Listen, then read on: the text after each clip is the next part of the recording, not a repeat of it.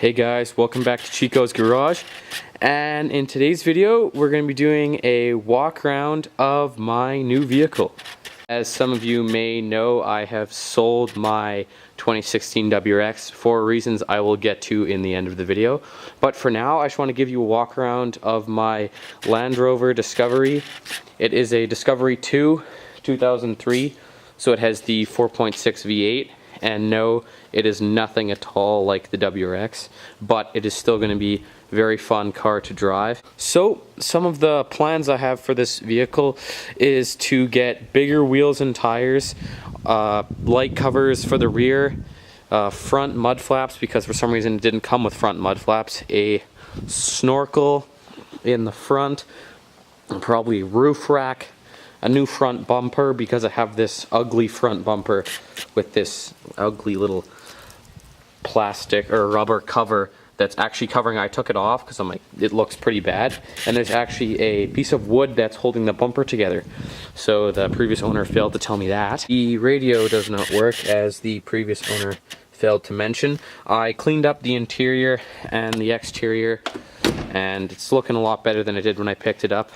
Done a whole bunch of stuff. I took off the running boards, did a restoration on the headlights because they were very foggy and oxidized as being a 2003 vehicle. I fixed a bunch of the trim because a whole bunch of this dash piece was loose and the fuse box cover wasn't holding on. Also took off, there's like this ugly hitch, like the mount for where you'd plug in your trailer brakes, and I painted the hitch black because it was all rusted before, so that looks a lot better. Another thing I like about this car is that the badging is blacked out from factory, which is really nice. The Discovery and the Land Rover on the front hood. So a little bit about this car. I bought it off of a guy that was actually selling it for his mom, who's about 80 years old, and they just used it to pull their trailer around, which would be a great car for that. I know you don't really want to buy a car that's been done too much towing, but it was just a little 15-foot trailer that they towed around, and it was good because it was an old lady. It was from British Columbia, so I had to get an out-of-province inspection done it, but there was no problems passing that. Has 209,000 kilometers, and it actually is in miles because it is originally a US vehicle, which I don't really mind. I know some people don't like it being in miles, but I don't really mind. As you can see, it has the kilometers conversion too, which makes it really no difference as if it was in kilometers or miles, and I know the conversions anyway. So, some of you must be wondering, Ryan, why the you sell the WRX and get a piece of junk 2003 Land Rover Discovery with 208,000 kilometers on it? Well, I know I would have liked to keep the WRX, but those of you who know me personally, my friends, know that I drive too quickly, and you can probably see in these videos.